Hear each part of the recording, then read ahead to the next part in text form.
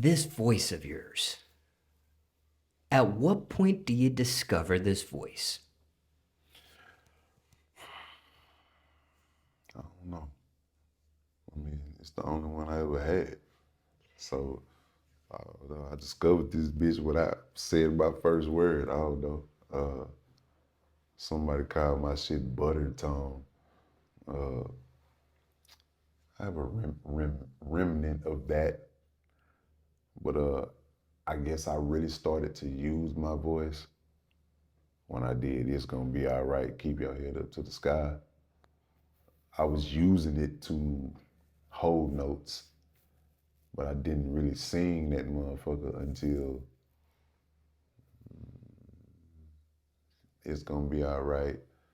Songs like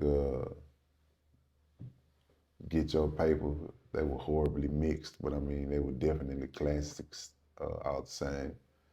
I guess when I was in the studio and I needed that, like I said, I was holding notes, but I needed people to come in and like Billy Cook that shit. But I didn't have Billy Cook, so I had to cook my motherfucking self. So I was discovering that shit when I was needing like Big Mo. I wanted Big Mo to sing that hood hit of mine, Too Many Niggas. Too many niggas. I wrote that for him to sing. But for him to do the backgrounds, which was Take Me Off of My Game, that shit was $500. And back then, I ain't have $5. So I was like, fuck. So to sing this part too, how much is that? Oh, that was gonna be about like 1,500. Shit. So that's how you had me talking about too many niggas trying to take me off my game, and that's why I sung the song. So that's why I'm here right now, because I had to do that shit myself.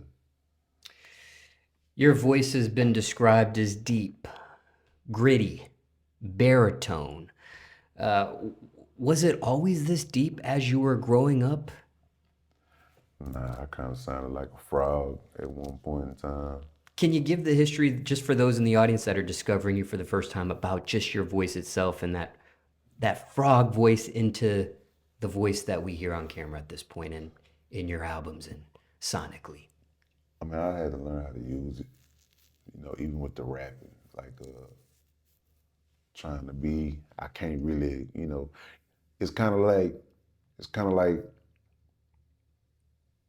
when Snoop get crunk, he ain't really crunk. He's still Snoop. He elevated, but he's still in his calm pocket. Like when it's my little cousin Daz and he's fucking my hoe. It was perfect. You know what I'm saying? I uncocked my shit. I'm heartbroken, but I'm still low. Man, fuck a bitch. It wasn't too loud. It was perfect. It was right in the pocket. I had to learn how to live in that pocket, because with a voice like this, you wouldn't expect to have a dude like me that can go up 2 or 3 octaves from this voice. This shit took a whole lot of damn near catching polyps to learn how to. I was finna say something. I was gonna have to say pause for. Let me reiterate. Uh, Damn, that's gonna sound fucked up too. Let's just say I had to hit them high notes at any cost, and I lost my voice a whole lot of times before I learned how to do the top of this voice and mix it with the bottom of the falsetto and keep going up.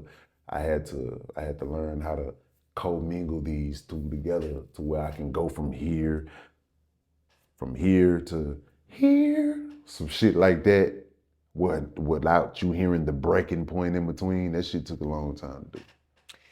And as you were going through this phase and things of that nature that you just described, was this all just trial and error and experimentation, or was there any professional involved, like a vocal coach or? I wasn't finna pay for that shit. I am a vocal coach.